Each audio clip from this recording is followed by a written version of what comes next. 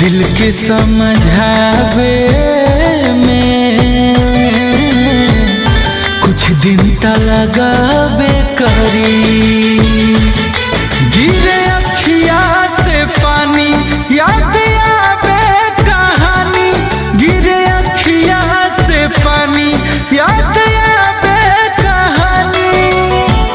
इलोरवा सुखावे में है कुछ दिन ता लगावे करी हो। दिल के समझावे में कुछ दिन ता लगावे करी। टूटे हुए कांच की तरह चकनाचूर हो गया हूँ, किसी को चुभ ना जाऊं इसीलिए सबसे दूर हो गया हूँ।